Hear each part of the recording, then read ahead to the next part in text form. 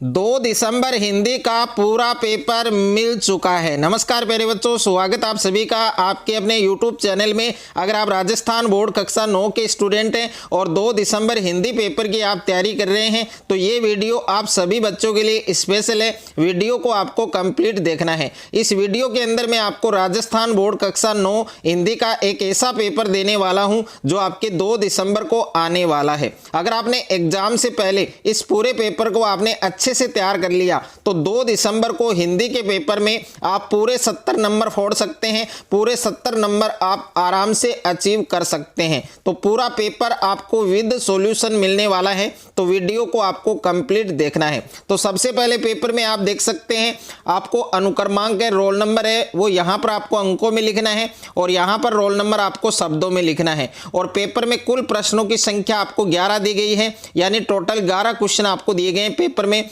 और पेपर में कुल प्रश्न हैं आपके वो है 4 और जो टाइमिंग है, समय है वो आपको 3 घंटे 15 मिनट का दिया गया है। तो 3 घंटे 15 मिनट में आपको हिंदी का ये पूरा पेपर हल करना है। और पूर्णांक आप देख सकते हैं 70 नंबर का ये पेपर आपके होने वाला है। अगर आप भी 2 दिसंबर हिंदी के पेपर में पूरे 70 नंबर अगर आपको फोड़ने हैं, पूरे 70 नंबर अगर आपको अचीव करने हैं तो हिंदी का ये पूरा पेपर आपको अच्छे से तैयार करना है। कक्षा 9वीं अर्धवार्षिक परीक्षा हाफ ईयरली एग्जाम 2025-26 का ये पेपर है, आपकी हिंदी का पेपर है जो आपके 2 दिसंबर को होने वाला है। अगर आप 2 दिसंबर को अगर आपको हिंदी के पेपर में पूरे 70 नंबर अगर लाने हैं तो हिंदी का ये पूरा पेपर आपको अच्छे से तैयार करना है। हिंदी पेपर का कोड आप देख सकते हैं 901, ये आपके हिंदी पेपर का कोड है और ये सीरियल नंबर दे रखा है आपको 134496, जिसको आप याद कर सकते हैं। और यहाँ पर सामान्य अनुदेश आपको दिए गए हैं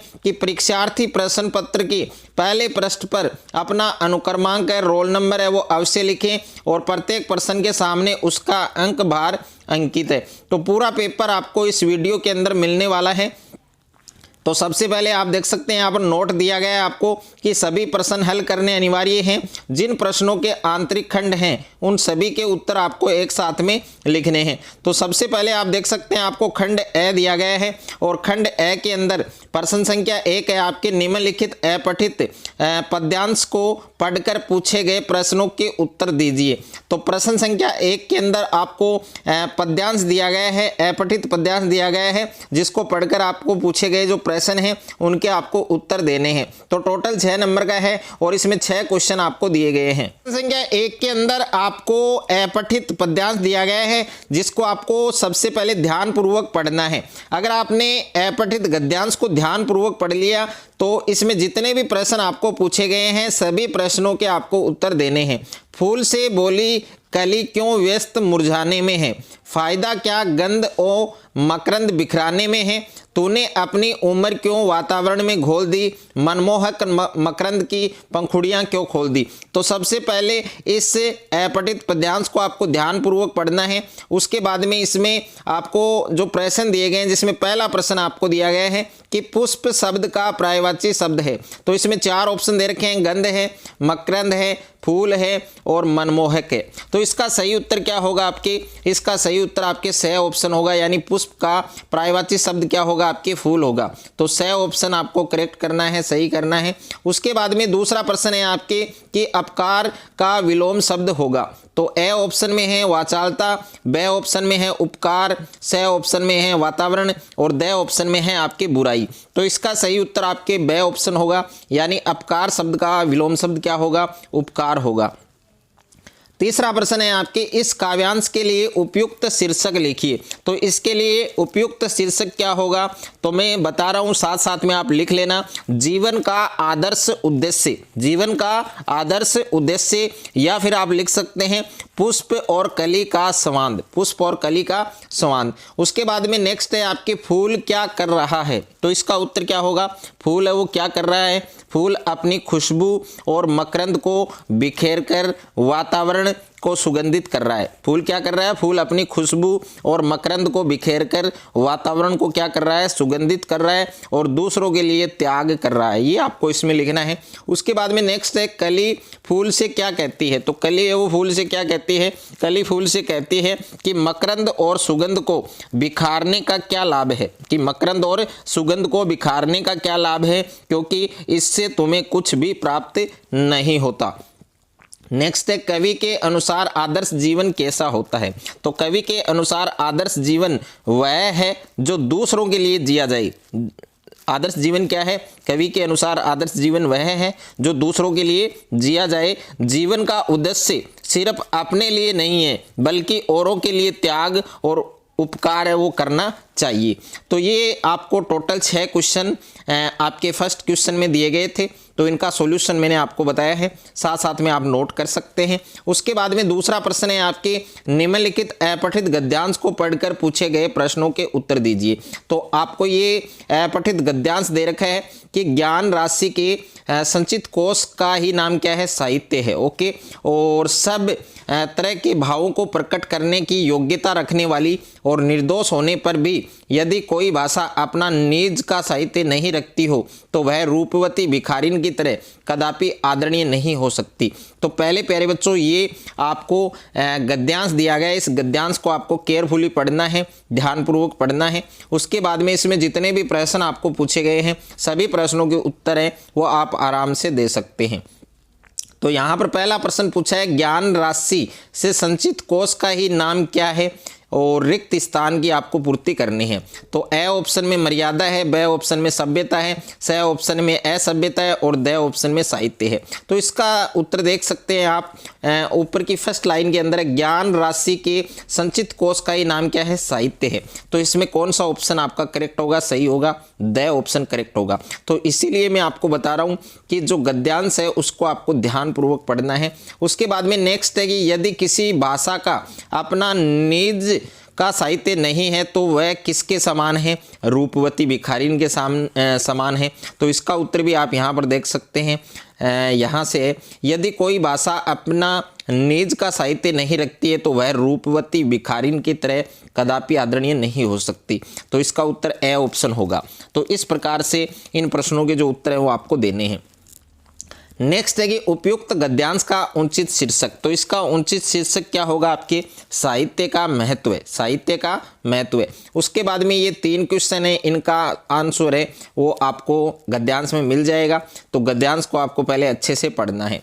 उसके बाद में देखिए खंड ब आपको दिया गया है और इसमें प्रश्न संख्या 3 है आपकी, कि दिए हुए बिंदुओं के आधार पर निम्नलिखित में से किसी एक विषय पर आपको 250 शब्दों में क्या निबंध है वो लिखना है। 4 नंबर का है। तो इसमें पहला दे रखा है कि समाज में नारी का स्थान। अगर आप ये निबंध तैयार करते हैं, इसको आप लिखेंगे तो इसमें जो पॉइंट दे रखे हैं आपको 5 पॉइंट दे रखे हैं, इन 5 पॉइंट के अकॉर्डिंग आपको लिखना है। उसके बाद में दूसरा है आपके पर्यावरण प्रदूषण दे रखा है। तीसरा है आपके विद्यार्थी जीवन में नैतिक शिक्षा का महत्व है। तो किसी एक विषय पर आपको निबंध है वो लिखना है। 4 नंबर प्रश्न दे रखा है, सीता और गीता के मध्य प्रश्न पत्र को लेकर क्या संवाद हुआ वो आपको लिखना है। इसके अथवा में प्रश्न है आपके कि आप रामसिंह बालोतरा निवासी किशन नामा है, जोधपुर में अध्ययनरत अपने छोटे भाई हार्दिक को पत्र लिखकर अपने स्वास्थ्य की सुरक्षा एवं नियमित रूप से अध्ययन करने की सलाह दीजिए। उसके बाद में देखिए 5वां प्रश्न दे रखा है आपको, अपने विद्यालय में आयोजित हरियाणा राजस्थान या हिंदी दिवस समारोह के आयोजन पर 100 शब्दों में आपको एक प्रतिवेदन रिपोर्ट है वो लिखना है। उसके बाद में देखिए खंड स दे रखा है और खंड स के अंदर 6 प्रश्न दिए गए हैं, आपके वस्तुनिष्ठ प्रश्न हैं। तो प्रश्न संख्या 6 में आपको दिया गया है कि निम्नांकित प्रश्नों में सही उत्तर का वर्णाक्षर कोष्टक में आपको लिखना है। तो पहला प्रश्न आपको दे रखा है, निम्नलिखित में से जड़ शब्द का विलोम है। तो जड़ शब्द का विलोम आपको बताना है। पेड़ और ब ऑप्शन में संसार है, स ऑप्शन में चेतन है और द ऑप्शन में आपको घर दे रखा है। तो इसका सही उत्तर क्या होगा? चेतन होगा। यानी जड़ शब्द का विलोम क्या होगा? चेतन होगा। दूसरा प्रश्न है आपके, सूर्य पूर्व दिशा में उदय होता है, रेखांकित शब्द का सही पर्यायवाची शब्द है। ए ऑप्शन में कटक है, बी ऑप्शन में भानु है, सी ऑप्शन में कर है और द ऑप्शन में विश्व है। तो इसका सही उत्तर क्या होगा, बी ऑप्शन होगा यानी भानु। उसके बाद में तीसरा प्रश्न है, अत्याचार शब्द है, इसमें उपसर्ग है। तो ए ऑप्शन में अत, बी ऑप्शन में अत्य, सी ऑप्शन में अति और द ऑप्शन में अति। ओके, तो यहाँ पर देखिए एक में छोटी मात्रा है, एक में बड़ी मात्रा है। तो यहाँ पर तीसरा जो प्रश्न है इसका सही उत्तर होगा आपके स ऑप्शन यानी अति। उसके बाद में 4 नंबर है कि काला घोड़ा तेज दौड़ता है, रेखांकित शब्द में कौन सा विशेषण है। तो यहाँ पर रेखांकित शब्द है काला। ये काला यानी घोड़ा है वो तेज तो दौड़ता है, लेकिन घोड़ा कैसा है, काला है, यानी गुणवाचक होगा। तो इसमें कौन सा विशेषण होगा आपके, गुणवाचक। बी ऑप्शन आपका क्या होगा, करेक्ट होगा। 5वां प्रश्न है, उस जगह पर बच्चे खेल रहे हैं, रेखांकित शब्द में कौन सा परसर्ग है। तो यहाँ पर देखिए द ऑप्शन आपका क्या होगा, करेक्ट होगा यानी अधिकरण। पांचवा जो प्रश्न है इसका सही उत्तर आपके द वाला ऑप्शन होगा। और छठा प्रश्न है, वाक्य में ने परसर्ग किसके साथ आता है। तो ए ऑप्शन में कर्ता, बी ऑप्शन में कर्म, सी ऑप्शन में करण, द ऑप्शन में अपादान। तो इसका सही उत्तर होगा आपके ए ऑप्शन यानी कर्ता। उसके बाद में देखिए 7वां प्रश्न दे रखा है आपको कि निम्नलिखित प्रश्नों के उत्तर हैं वो आपको संक्षिप्त शब्दों में देने हैं। तो यहाँ पर पहला प्रश्न 1-1 नंबर के हैं। मुट्ठी गर्म करना मुहावरे का क्या अर्थ होगा आपके, रिश्वत देना। क्या होगा, रिश्वत देना। दूसरा है टेढ़ी खीर होना मुहावरे का वाक्य में प्रयोग कीजिए। तो इसमें आप लिख सकते हैं कि यह काम हमारे लिए टेढ़ी खीर साबित हो रहा है, यह आप लिख सकते हैं।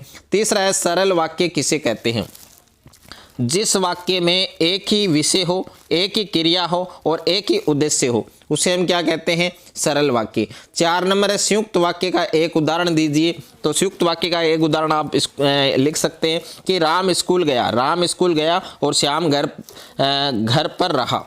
राम स्कूल गया और श्याम घर पर रहा, यह संयुक्त वाक्य का उदाहरण है। 5वां है, इस जल प्रलय में पाठ में मृत्यु का तरल दूत किसे कहा गया है। तो तरल दूत किसे कहा गया है, बाढ़ के पानी को। किसको कहा गया है, बाढ़ के पानी को। 6ठा है, बाढ़ पीड़ित क्षेत्र में कौन कौन सी बीमारियों के फैलने की आशंका रहती है। तो इसमें आप लिख सकते हैं मलेरिया, हैजा, टाइफाइड और डायरिया। ओके, और 7वां प्रश्न है, अब तुम्हारी मर्जी चाहे चोरी करो या खेती, यह बात किसने और किसको कही थी। यह बात लेखिका की माँ ने चोर से कही। यह बात लेखिका की माँ ने चोर से कही थी, यह आपको इसमें लिखना है। उसके बाद में देखिए खंड द दे रखा है। खंड द के अंदर आपको लघुतरात्मक प्रश्न दिए गए हैं। तो पहला प्रश्न है, किसान जीवन वाले समाज में पशु और मनुष्य के आपसी संबंधों को 2 बैलों की कथा कहानी में किस तरह व्यक्त किया गया है। दूसरा है, शायद खून की हम उतनी परवाह नहीं करते, लहासा की और पाठ के आधार पर इस कथन का आशय बताइए। तीसरा है, आपके अनुसार वस्तुओं को खरीदने का आधार वस्तु की गुणवत्ता होनी चाहिए या उसका विज्ञापन। तर्क देकर उत्तर स्पष्ट करना है। 4 नंबर है, सांवले सपनों की याद पाठ में आपको क्या प्रेरणा मिलती है। 5वां है, प्रेमचंद या सुमित्रा नंदन पंत का जीवन परिचय दीजिए। 6ठा प्रश्न है, कबीर के अनुसार इस संसार में सच्चा संत कौन कहलाता है। 7वां प्रश्न है, खा खाकर कुछ पाएगा नहीं से कवियत्री का क्या अभिप्राय है, यह आपको स्पष्ट करना है। और 8वां प्रश्न है, स्वांग किसे कहते हैं। 9वां प्रश्न है, अर्धरात्रि में कोयल की चीख से कवि को क्या अंदेशा है। और 10वां प्रश्न है, ग्राम श्री कविता में किस मौसम के सौंदर्य का वर्णन है। 9वां प्रश्न है, सारा शहर जगा हुआ है, लेखक फणीश्वर नाथ रेणु ने इसका क्या रीजन बताया है, क्या कारण बताया है। उसके बाद में निम्नलिखित प्रश्नों के उत्तर आपको विस्तार से देने हैं। तो प्रश्न संख्या 9 है कि शिक्षा बच्चों का जन्मसिद्ध अधिकार है, इस दिशा में लेखिका के प्रयासों का उल्लेख कीजिए। प्रश्न संख्या 10 है, उपभोक्तावाद की संस्कृति पाठ के आधार पर आज के उपभोक्तावादी युग में पनप रही दिखावे की संस्कृति पर विस्तार से आपको विचार व्यक्त करना है। 11वां प्रश्न है, संकलित साखियों और पदों के आधार पर कबीर के धार्मिक और सांप्रदायिक सद्भाव संबंधी विचारों पर आपको प्रकाश डालना है। तो टोटल 11 क्वेश्चन है पेपर में आपको दिए गए हैं। तो ये पूरा पेपर आपको अच्छे से तैयार करना है।